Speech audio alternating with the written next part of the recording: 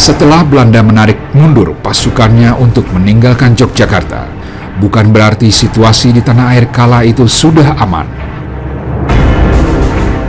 Ketika Belanda menarik mundur pasukannya dari Jogja, yang kemudian ditempatkan di Solo, situasi di Solo semakin memanas. Karena terjadi penambahan hingga 11 batalion pasukan tentara. Tentara Belanda yang ada di Solo kala itu merupakan yang terkuat dan terbaik. Konsentrasi tentara Belanda di Solo membuat pejuang Republik curiga bahwa Belanda belum menyerah dalam usahanya menguasai Indonesia.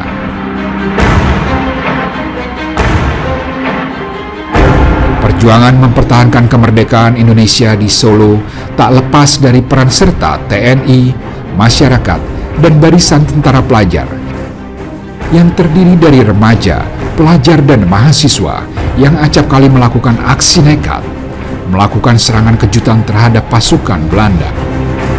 Di kadang-kadang di tempat galengan itu mundur saya, biar Belanda itu kan, Belanda tidak berani itu mau lewat keluar jalan besar itu tidak berani, dia takut. Nah di jalan besar itu kita pasangi bom, yang dulu namanya men. Ya, nah, terus di situ ada kotoran sapi apa gimana yang sudah kering kita tumpangkan gitu, jadi seolah-olah kalau lewat situ kan aman. Nah di situ malahan belum lah kita senang. Kekuatan aksi militer TNI juga TP di Solo ini banyak dipenuhi dengan cerita-cerita heroik yang nekat dari anak-anak muda seperti ini. Bahkan sampai nanti kita bicara tentang serangan umum 4 hari di Solo itu juga bisa dilihat juga setelah pasca serangan itu kan, di foto-foto yang banyak tersebar di internet itu kan anak-anak muda ini sangat memang sangat polos, ada yang bawa gitar dan sebagainya seperti itu. Jadi musuh-musuh dari kekuatan profesional militer Belanda yang sempat menang perang dunia kedua saat itu berhadapan dengan anak-anak seperti ini.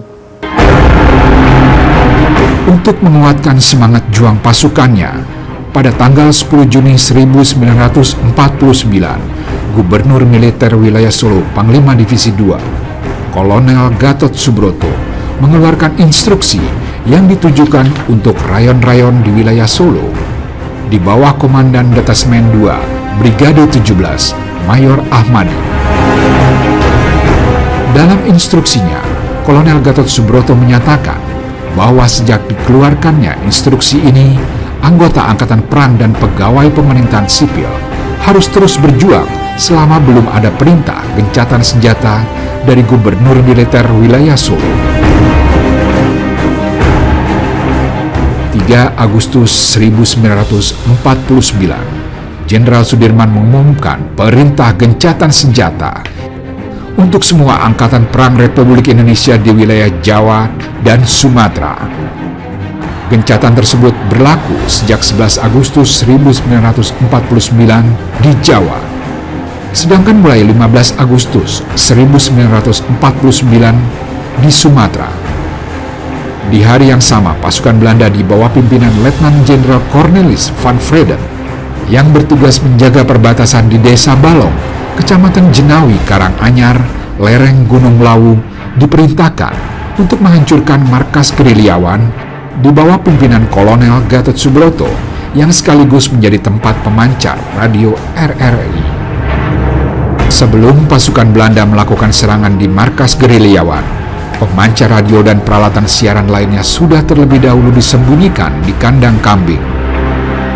Tindakan para pejuang saat itu rupanya berhasil mengelabui pasukan Belanda yang dibuat bingung mencari dari mana pemancar sinyal radio itu berasal. Pasukan Belanda marah karena hanya mendapati markas kosong. Untuk melampiaskan kekesalannya, mereka pun menggunakan 2 pesawat Mustang menembaki desa-desa di sekitar lereng Gunung Lawu. Karena hancurnya markas Panglima Divisi 2 oleh pasukan Belanda, rupanya menyulut amarah Mayor Ahmadi, sehingga timbul rencana untuk membalas dendam terhadap Belanda.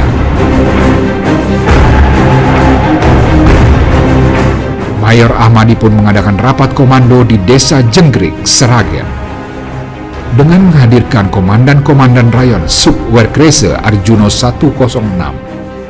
Dalam rapat tersebut, Mayor Ahmadi mengeluarkan perintah siasat untuk melakukan serangan besar-besaran pada tanggal 7 Agustus 1949. Di sela-sela rapat komando, Mayor Ahmadi memerintahkan anak buahnya, Komandan Rayon 1, untuk melaporkan maksud dan rencananya kepada Letkol Slamet Riyadi. Di hari yang sama, ketika Letkol Slamet Riyadi sedang mendatangi pos Rayon 1 di Desa Bekonang, Sukoharjo, ia menerima laporan secara lisan dari Kepala Staf Rayon 1 tentang rencana Mayor Ahmadi untuk melakukan serangan kota, yakni serangan umum secara besar-besaran pada tanggal 7 Agustus 1949. Kala itu, Letkol Slamet Riyadi juga merencanakan serangan umum ke kota Solo yang akan dilakukan pada 10 Agustus 1949 sebagai serangan perpisahan karena gencatan senjata baru berlaku mulai 11 Agustus 1949 pukul 00.00